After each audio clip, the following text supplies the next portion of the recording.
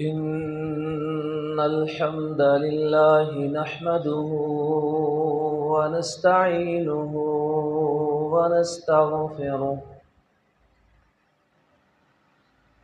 ونعوذ بالله من شرور أنفسنا ومن سيئات أعمالنا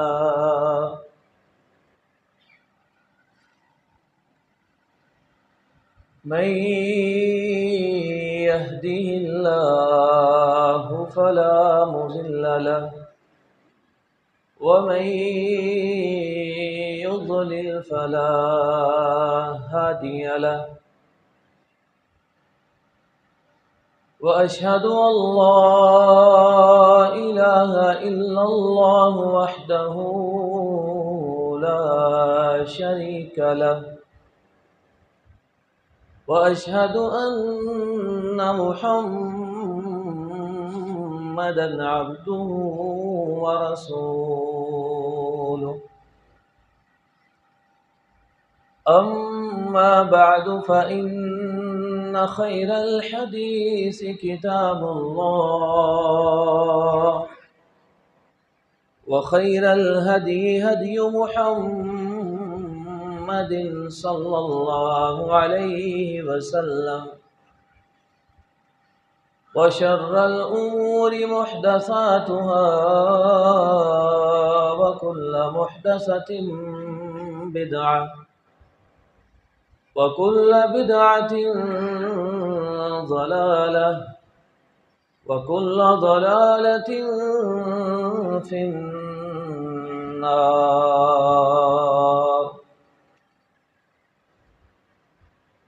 أعوذ بالله من الشيطان الرجيم.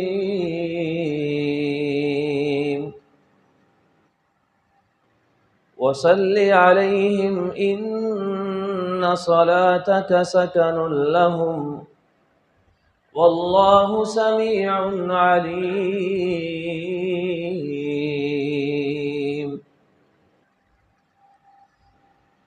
اور ان صحابہ کرام کے لیے دعا کریں،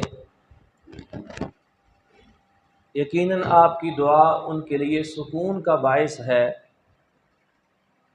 اور اللہ بڑا ہی سننے والا اور خوب جاننے والا ہے۔ محترم بھائیوں، اللہ رب العالمین نے اس آیت کریمہ میں رسول اکرم صلی اللہ علیہ وسلم کو یہ حکم دیا ہے کہ جب صحابہ کرام آپ کے پاس اپنے صدقات اور زکوٰۃ لے کر آیا کریں اور دیا کریں تو آپ ان کے لیے دعا کیا کریں، کیونکہ رسول اکرم صلی اللہ علیہ وسلم کی دعا سے صحابہ کو سکون ملتا ہے اور ان کو اطمینان حاصل ہوتا ہے۔ اسی لیے بڑے مقامات پر اللہ کے نبی صلی اللہ علیہ وسلم صحابہ کرام کے لیے دعائیں کیا کرتے تھے، اور خود صحابہ کی بھی بڑی خواہش ہوتی تھی کہ نبی علیہ الصلاۃ والسلام ہمارے لیے دعا فرمائیں، کیونکہ ان کو یقین تھا کہ اللہ کے نبی جو دعا کرتے ہیں اللہ وہ ہمیں ضرور عطا کرے گا۔ ایک مرتبہ حضرت انس رضی اللہ تعالی عنہ کی والدہ حضرت ام سلیم اللہ کے نبی کی خدمت میں حاضر ہوئیں اور عرض کی کہ یہ میرا بیٹا جو آپ کا خادم ہے، کیونکہ انہوں نے اپنے بیٹے کو اللہ کے نبی کی خدمت کے لیے وقف کیا ہوا تھا۔ رسول اللہ صلی اللہ علیہ وسلم جب مدینہ تشریف لائے، حضرت انس کی عمر 10 سال تھی۔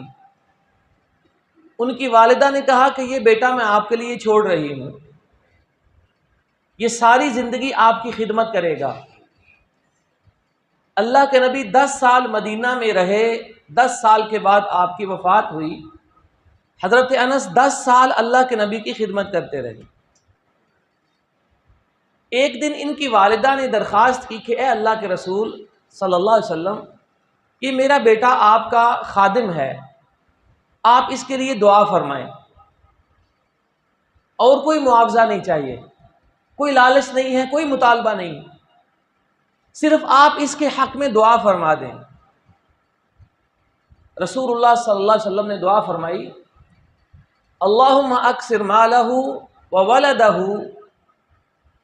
وبارک لہ فیما اعطیتہ واغفر ذنبہ، کہ اے اللہ اس کے مال میں اضافہ فرما دے اور اس کو بڑی دولت عطا فرمانا، اور اس کو اولاد بھی بہت زیادہ دینا، اور جو مال اے اللہ تو اس کو عطا کرے اس میں برکت بڑی ڈال دینا، اور اس کے گناہ بھی معاف کر دینا۔ یہ بچے کو دعا دی اللہ کے رسول علیہ الصلوۃ والسلام نے۔ حضرت انس جنہوں نے دعا حاصل کی وہ خود آگے بتاتے ہیں کہ یہ جو دعا کی تھی رسول اللہ صلی اللہ علیہ وسلم نے کہ میرے مال میں برکت ہو اور مال بہت زیادہ ہو، تو یہ مدینہ سے بعد میں بصرہ تشریف لے گئے، وہاں رہے، تو اللہ نے ان کو بڑا مال دیا۔ ان کا کھجوروں کا ایک باغ تھا، باقی جتنے باغ لوگوں کے ہوتے ہیں وہ سال میں ایک مرتبہ کھجور کا پھل دیتے ہیں، تو حضرت انس کا باغ بصرہ شہر میں تھا، یہ 2 مرتبہ سال میں پھل دیا کرتا تھا۔ یہ اللہ کے نبی کی دعا کا نتیجہ تھا۔ اور یہ جو دعا فرمائی تھی کہ اس کو اولاد بڑی دینا، حضرت انس رضی اللہ تعالی عنہ فرماتے ہیں جب بوڑھے ہو گئے، زندہ تھے، کہ میں کوئی 100 کے قریب تو اپنی نسل سے بچوں کو اپنے ہاتھوں سے دفن کر چکا ہوں، اور جو باقی ہیں وہ بھی بہت زیادہ ہے، بیٹے بیٹیاں نواسے پوتے، اتنی زیادہ اللہ نے ان کو اولادیں عطا فرمائی۔ اور آخر میں کہتے ہیں کہ یہ جو دعا اللہ کے نبی نے کی تھی کہ اس کے گناہ معاف فرما دے، مجھے امید ہے انشاءاللہ کہ اللہ میرے گناہ بھی بخش دے۔ رسول اللہ صلی اللہ علیہ وسلم ایک دن حضرت حسن اور حضرت حسین رضی اللہ تعالی عنہما ان کو پکڑ کر بیٹھے ہوئے تھے، اوپر آپ نے چادر لی ہوئی تھی۔ حضرت اسامہ بن زید یہ بھی بچے ہی تھے، پوچھتے ہیں اللہ کے رسول علیہ السلام یہ آپ نے چادر کے اندر کن کو رکھا ہوا ہے؟ آپ نے چادر ہٹائی اور فرمایا یہ دونوں میرے نواسے ہیں اور میں ان سے بڑی محبت کرتا ہوں۔ پھر آپ نے دعا کی، اللہم انی احبہما، اے اللہ میں ان دونوں سے محبت کرتا ہوں، فاحبہما، اے اللہ تو بھی ان کو اپنا محبوب بنا لے۔ اور آگے سنیے، واحب من یحبہما، اے اللہ جو مسلمان حسن اور حسین سے محبت کرے تو اس کو بھی اپنا محبوب بنا لینا۔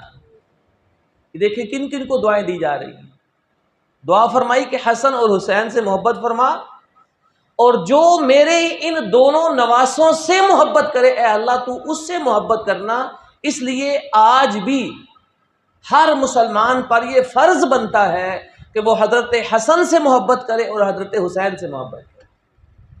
نبی علیہ الصلوۃ والسلام نے ان دونوں کے والد حضرت علی رضی اللہ تعالی عنہ سے فرمایا تھا، لا یحبک الا مؤمن ولا یبغضک الا منافق۔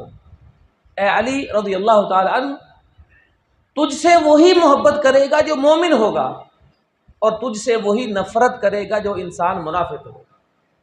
اس لیے ہر مسلمان پر فرض ہے کہ وہ حضرت علی رضی اللہ تعالی عنہ سے محبت کرے۔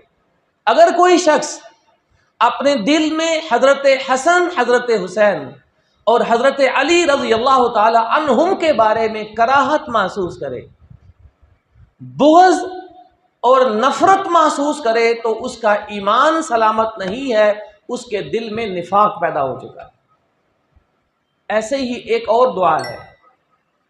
ایک دن رسول اللہ صلی اللہ علیہ وسلم نے حضرت معاویہ رضی اللہ تعالی عنہ کو دیکھا اور فرمایا، اللہم اجعلہ ہادیا مہدیا واہدی بی، اے اللہ معاویہ کو ہدایت والا بنا دے کہ اس کو بھی ہدایت عطا فرما دے، ساری زندگی یہ مہدی بن کر رہے۔ مہدی اس کو کہتے ہیں جو خود ساری عمر ہدایت پر قائم رہتا ہے۔ اور ساتھ فرمایا اے اللہ اس کو ایسا بنا دے کہ یہ دوسروں کے لیے ہدایت کا ذریعہ بن جائے۔ اور پھر دعا کی، اے اللہ معاویہ کے ذریعے سے لوگوں کو ہدایت عطا فرمانا۔ یہ اللہ کے نبی نے حضرت معاویہ کو دعا دی۔ اب دیکھیے کہ رسول اللہ صلی اللہ علیہ وسلم حضرت معاویہ کے لیے کتنی دعائیں فرماتے ہیں۔ اے اللہ اس کو ساری زندگی ہدایت پر قائم رکھنا، اس کو ہدایت دینے والا بنانا، اور دوسرے لوگوں کو اس سے ہدایت حاصل کرنے کی توفیق دینا۔ یہ حضرت معاویہ کے حق میں اللہ کے نبی کی دعائیں ہیں۔ اس کا مطلب کیا ہوا؟ ایک مسلمان کا فرض ہے کہ وہ یہ عقیدہ رکھے کہ حضرت معاویہ جو صحابی رسول ہیں وہ ساری زندگی ہدایت پر قائم رہے تھے، کیونکہ اللہ کے نبی نے ان کو یہ دعا دی تھی۔ اور دوسرا یہ عقیدہ رکھے کہ حضرت معاویہ دوسروں کے لیے ہدایت کا ذریعہ تھے اور لوگ ان کے ذریعے سے ہدایت حاصل کیا کرتے تھے۔ اسی وجہ سے جو شخص اس سے ہٹ کر حضرت معاویہ کے بارے میں اپنے دل میں کراہت محسوس کرے، اپنے دل میں ان کے ذکر پر بغض اور نفرت محسوس کرے، تو سمجھ لیں کہ وہ انسان بھی منافق ہو چکا ہے، کیونکہ اللہ کے نبی نے اور حکم دیا تھا، اللہ کے نبی کی دعا اور تھی۔ اس بندے کے دل میں منافقت کی وجہ سے حضرت معاویہ کی وہ محبت پیدا نہیں ہوئی جو اللہ کے نبی نے ان کے حق میں دعا کی۔ اس لیے صحابہ کرام میں سے کوئی بھی ہو، کسی ایک صحابی رسول کے ذکر پر اگر کسی شخص کے دل میں حقارت پیدا ہو، کراہت پیدا ہو، تو وہ شخص منافق ہو چکا ہے۔ یہ بہت بڑی علامت ہے جس سے ایک مومن اور منافق کی پہچان حاصل ہوتی ہے۔ حضرت ابو ہریرہ رضی اللہ تعالی عنہ ایک دن اللہ کے رسول علیہ السلام کی خدمت میں حاضر ہوئے اور رو رہے تھے۔ عرض کی کہ میری والدہ ابھی تک مسلمان نہیں ہوئی، میں ان کو اسلام کی دعوت دے رہا تھا، انہوں نے آپ کے خلاف بڑی باتیں کی، مجھ سے برداشت نہیں ہوا، اب میں آپ کے پاس آیا ہوں، اے اللہ کے رسول صلی اللہ علیہ وسلم دعا کریں اللہ میری والدہ کو ہدایت دے دے۔ نبی علیہ السلام نے دعا فرمائی، ان کے اسلام کی، ان کی ہدایت کی۔ حضرت ابو ہریرہ نے جیسے ہی دعا سنی فوراً گھر کی طرف دوڑ پڑے کہ میں دیکھوں تو صحیح جا کر اب ہوا کیا۔ جب گھر کے دروازے پر آئے، دروازہ بند تھا، دروازہ کھٹکھٹایا، والدہ نے کہا ابو ہریرہ ادھر ہی ٹھہرو، میں غسل کر رہی ہوں، میں اسلام قبول کرنا چاہتی ہوں۔ حضرت ابو ہریرہ وہیں سے واپس آئے اور آ کر عرض کی کہ اللہ نے میری والدہ کو ہدایت دے دی۔ پھر ایک اور درخواست کی، اے اللہ کے رسول صلی اللہ علیہ وسلم دعا فرمائیے کہ اللہ میری اور میری والدہ کی محبت ہر مسلمان کے دل میں ڈال دے۔ اللہ کے نبی نے دعا فرمائی، اللہم حبب عبیدک عبیدک ابا ہریرہ و امہ الی المسلمین، کہ اے اللہ دنیا کے ہر مسلمان کے دل میں ابو ہریرہ اور اس کی والدہ کی محبت پیدا فرما دے، ہر مسلمان کے دل میں۔ اس کا کیا مطلب ہوا کہ جو مسلمان ہوگا وہ حضرت ابو ہریرہ سے محبت کرے گا، کیونکہ اللہ کے نبی کی دعا ہر مسلمان کو لگے گی۔ اور جو حضرت ابو ہریرہ رضی اللہ تعالی عنہ جو سب صحابہ سے زیادہ احادیث حفظ کرنے والے اور بیان کرنے والے تھے، اگر ان کے بارے میں کوئی برا خیال رکھے، اس کا مطلب کیا ہے کہ اس کا اسلام مشکوک ہو چکا ہے، اس کا دین بگڑ چکا ہے، کیونکہ اللہ کے نبی کی دعا ہر مسلمان کے حق میں قبول ہو چکی ہے۔ اب یہ جو واقعات آپ کو سنائے ہیں، ان کے سنانے کا ایک مقصد ہے، وہ یہ مثالیں دینا کہ دیکھیے اللہ کے نبی کی دعائیں اللہ کیسے قبول کرتا ہے۔ لیکن کچھ دعائیں ایسی ہیں جو اللہ نے اپنی امت کے، اللہ کے رسول نے اپنی امت کے حق میں بھی فرمائی۔ وہ دعائیں ایسی ہیں کہ جو فلاں فلاں عمل کرے گا اللہ کے نبی اس کو دنیا میں دعائیں دے کر گئے۔ تو آج بھی اگر مسلمان وہ عمل کرے تو ان کو وہ دعائیں حاصل ہو سکتی ہیں جو اللہ کے نبی دنیا میں فرما کر گئے۔ مثلاً کیسے؟ پہلے تو یہ بات ذرا تصور کیجئے کہ ہم میں سے ہر شخص یہ چاہتا ہے اللہ مجھے خیر عطا فرمائے، ہر شخص خیر کے لیے کوشش کرتا ہے، اچھائی اور بلائی حاصل کرنے کے لیے محنت کرتا ہے۔ دنیا میں کتنی خواہش ہوتی ہے کہ میں کسی ایسے بندے سے دعا کرواؤں اپنے حق میں جس کی دعا اللہ قبول کرتا ہے، لیکن یہاں دیکھیے کچھ دعائیں ایسی ہیں جو اللہ کے نبی ہمارے حق میں فرما کر گئے ہیں، شرط یہ ہے کہ ہم وہ کام کریں جس کی وجہ سے دعا کی۔ مثلا نبی علیہ الصلوۃ والسلام کا فرمان ہے رحم اللہ رجلا، یہ اب ہمارے متعلق ہے جو ہم سنیں اور ارادہ کریں کہ ہم نے بھی یہ کام کرنے ہیں تاکہ اللہ کے نبی کی دعائیں ہمارے حق میں قبول ہوں۔ دعا ہے رحم اللہ رجلا، اللہ اس بندے پر رحمت نازل فرمائے۔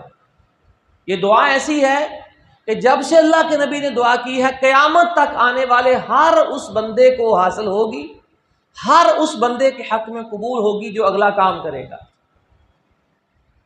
فرمایا اللہ اس بندے پر رحمت نازل فرمائے، سمحا اذا اشترى واذا باع واذا اقتضى، کہ جو 3 مواقع پر نرمی کا مظاہرہ کرتا ہے۔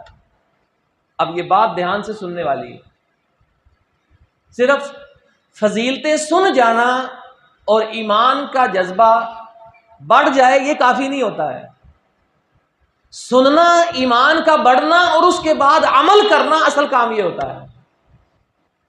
جمعے کا ایک مقصد ہے، دیکھیے روزانہ ظہر کی اس وقت 4 رکعتیں فرض ہوتی ہیں، جمعے کو صرف 2 فرض ہوتی ہیں، تو باقی 2 کا کیا ہوتا ہے؟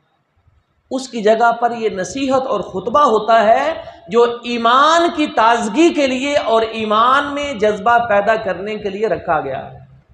جمعہ کم از کم اتنا تو ہونا چاہیے کہ بندہ 1 ہفتے بعد کچھ سن جائے تو پورا ہفتہ اس پر عمل کرنے کی کوشش کرتا رہے، کم از کم اتنا ایمان ضرور رہنا چاہیے، اتنا ہمارے اندر دین مضبوط ہونا چاہیے۔ ہفتے بعد کچھ سنے، کوشش ہفتے میں نے اس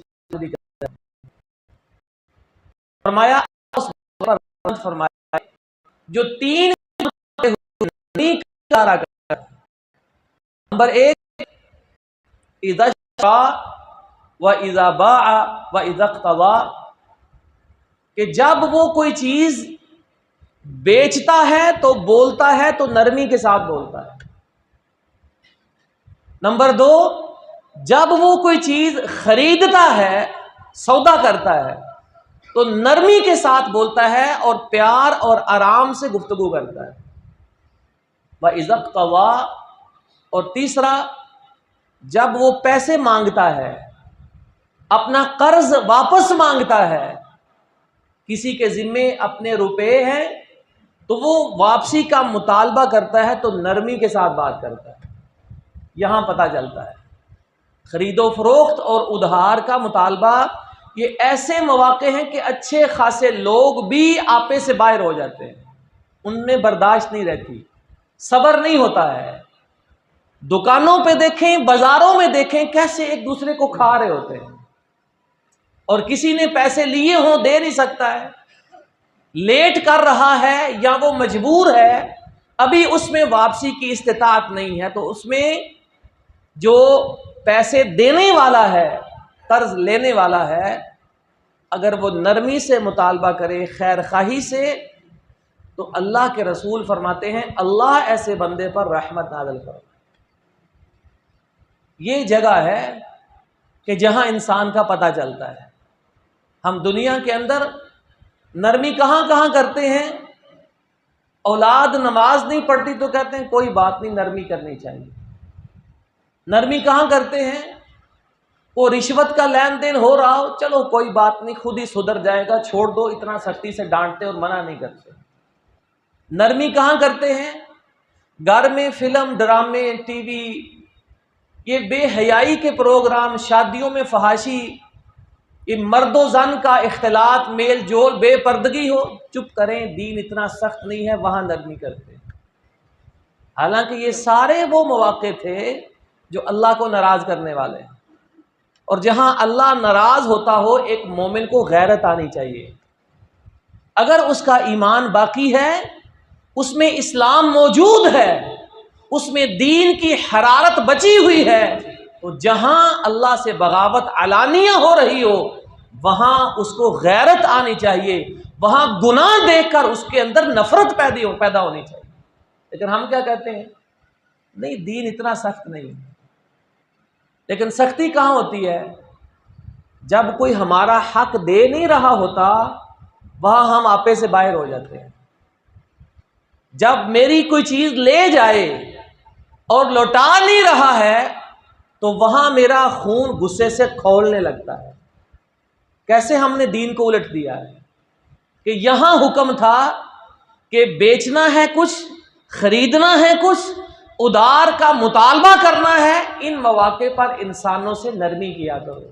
قرآن مجید کی آیت ہے کہ اگر کوئی شخص تم سے ادار لے جائے اور وعدہ کر دے کہ فلاں تاریخ تک میں واپس کروں گا، لیکن اس تاریخ کو وہ دے نہیں سکتا، مجبور ہے، اس کے پاس پیسے نہیں ہیں، فرمایا فَنَظِرَةٌ إِلَىٰ مَيْسَرَةٍ، تم پر لازم ہے کہ جب تک اس کے پاس واپس کرنے کی طاقت نہیں آتی تم نے مہلت دینی ہے اور نرمی کرنی ہے. وہاں ہم کرتے ہیں، وہاں تو ہم مرنے مارنے پر تیار ہو جاتے ہیں. تو دیکھیے کیسا انسانوں نے اپنی مرضی کا دین بنایا ہوا ہے کہ جہاں سختی کرنی تھی اللہ کے رسول فرماتے ہیں کہ تمہارا بیٹا 7 سال کا ہو جائے تو اس کو سختی سے حکم دینا ہے کہ نماز پڑھو. 10 سال کا ہو جائے حکم دو، اگر نہیں پڑھتا تو مار کر بھی نماز پڑھانی ہے، وہاں تم نے سختی کرنی ہے. وہاں ہم سختی کرتے ہیں؟ کوئی پرواہ نہیں کرتے. تو کیسے ہم نے پورے سسٹم کو، اپنی زندگی کو بالکل بدل کر رکھ دیا.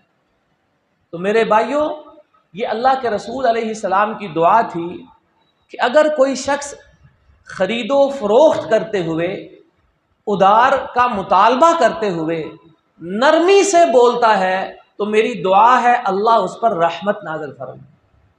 ایک دوسرا موقع دیکھیے، نبی علیہ السلام فرماتے ہیں رحم اللہ رجلا صلی قبل العصر 4، اللہ اس بندے پر رحمت نازل فرمائے جو عصر کی فرض نماز سے پہلے 4 رکعت نفل اور سنتیں پڑھتا ہے. 4 رکعت عصر کے فرض سے پہلے سنتیں پڑھتا ہے، فرمایا اللہ اس پر رحمت نازل فرمائے. ذرا سوچئے کہ ہم کس کس سے دعا کروانے کے خواہش مند ہوتے ہیں. یہاں گھر بیٹھے مسجد میں ہمیں دعائیں مل رہی ہیں. تم عصر کی اذان ہو جائے اس کے بعد آؤ فرض سے پہلے 4 رکعتیں پڑھو، تمہیں اللہ کے نبی کی دعا لگے گی کہ اللہ اس بندے پر رحمت نازل فرمائے. ان کی ہم پرواہ نہیں کرتے. کیوں؟ اس میں تھوڑا سا محنت کرنا پڑتی، تھوڑی سی ہمت کرنا پڑتی.